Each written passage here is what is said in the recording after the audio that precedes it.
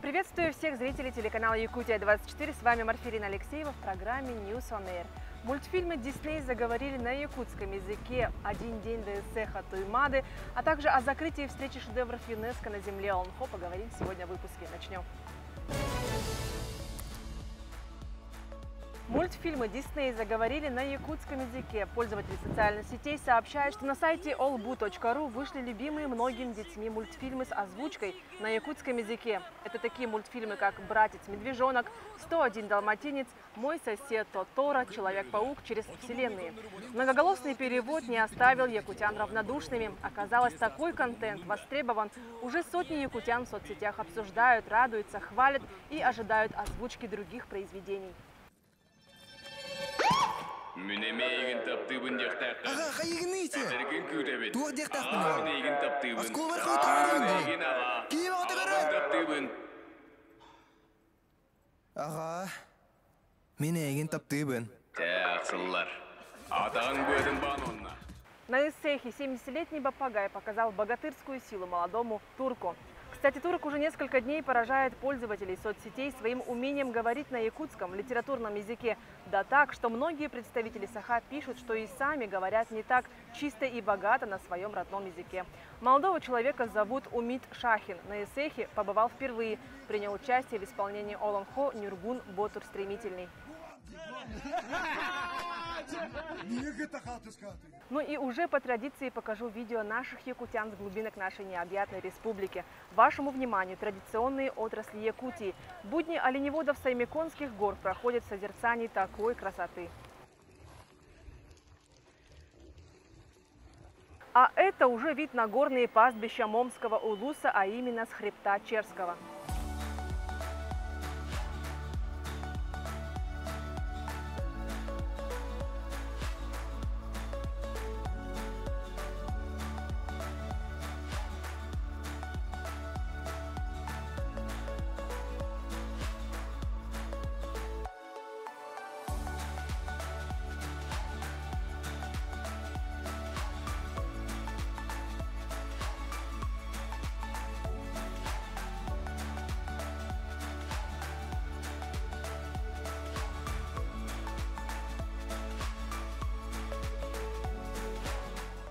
До долгожданного всеми Исэха Туймады остался всего один день. Тем временем в столице Якутии принимает множество гостей из разных стран.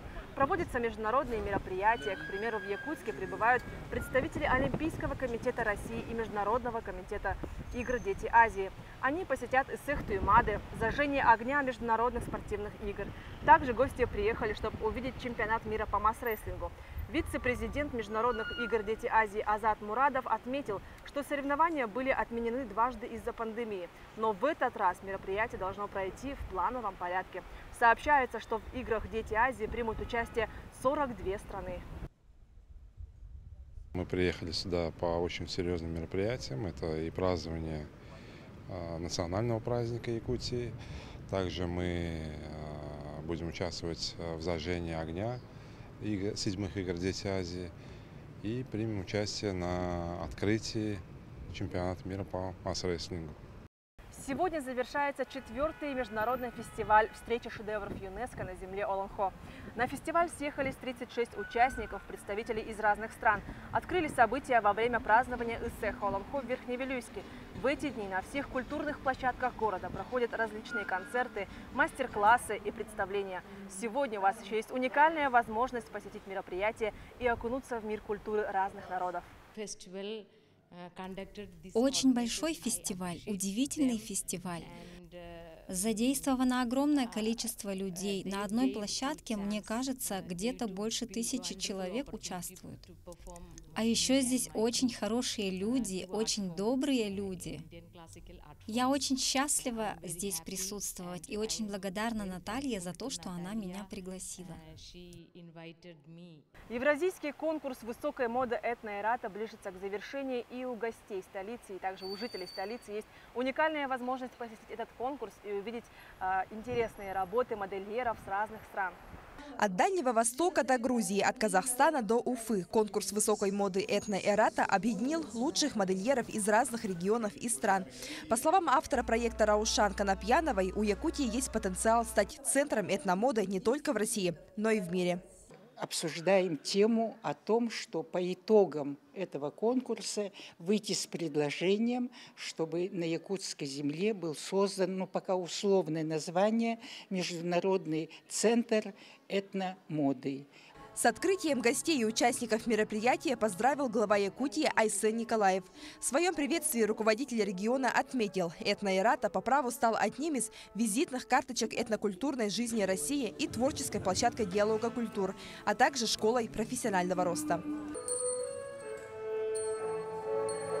Высокохудожественные экспонаты, которые станут победителями и лауреатами Евразийского конкурса, смогут получить предложение о выкупе коллекции для галереи «Семях». У нас в этом году правительством принято решение, что наши музейные комплексы и галереи «Семях» имеем небольшие средства государственные для того, чтобы оставить другим новым поколениям, которые к нам приходят, те ценности, которые сегодня созданы народными мастерами нашей республики, народными мастерами, которые будут участвовать в этом конкурсе.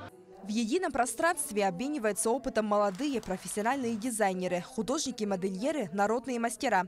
В этом году лучших из лучших определят по 9 номинациям. Мы приехали из Республики Тыва с коллекцией дизайнера Андрея Неверицкого, заслуженного деятеля искусств Республики Тыва, и руководителя театра моды и костюма «Онкум» с названием «Кайгал», что означает «смелый и удалой». Организаторы уверены, что конкурс национального костюма «Этно-Эрата» откроет новые имена в мире моды и подарит жителям республики незабываемые впечатления. Также 24 июня состоится гала-концерт победителей в Доме дружбы народов имени Алексея Кулаковского. Светлана Амосова, Григорий Николаев, Якутск. Как вы уже заметили, в Якутию съезжаются туристы и гости со всего мира. Но а где любят проводить время наши якутяне? А главное, почему, вы узнаете в следующем сюжете. Во Владивостоке уже начинается туристический сезон. Уже сейчас можно поехать и получить фейерверк впечатлений. Отдохнуть у моря, посетить разные бухты, пляжи, острова, розовые пещеры и фермы морепродуктов. А также увидеть морских котиков в естественной среде обитания и многое другое. Туристический сезон у нас начинается с конца апреля. Как только открывают навигацию, мы начинаем. Лодки у нас теплые, закрываются от ветра, от дождя, ничего страшного. И заканчивается он уже конец сентября и вот где-то середина октября. Что касается туристов из Якутии, я буквально вот пару дней назад отмечал, что наплыв из Якутии очень большой. Я сам не ожидал.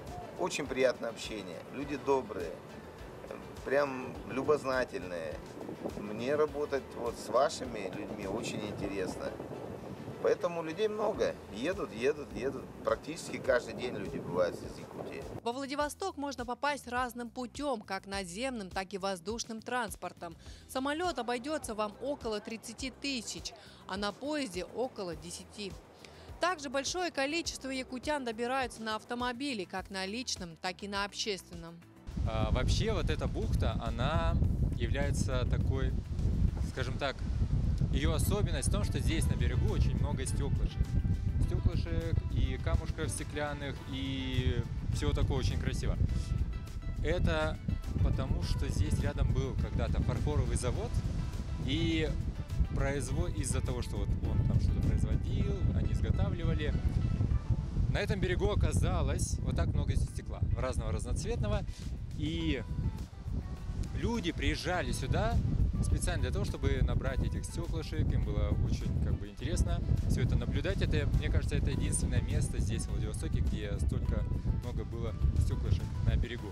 Владивосток с его огромными мостами, сопками и переменчивой погодой кардинально отличается от большинства других городов России. И именно этим он привлекает туристов. Преодолеть тысячи километров до столицы Приморского края решится не каждый. Но тем, кто решился, Владивосток дарит массу впечатлений и желание вернуться.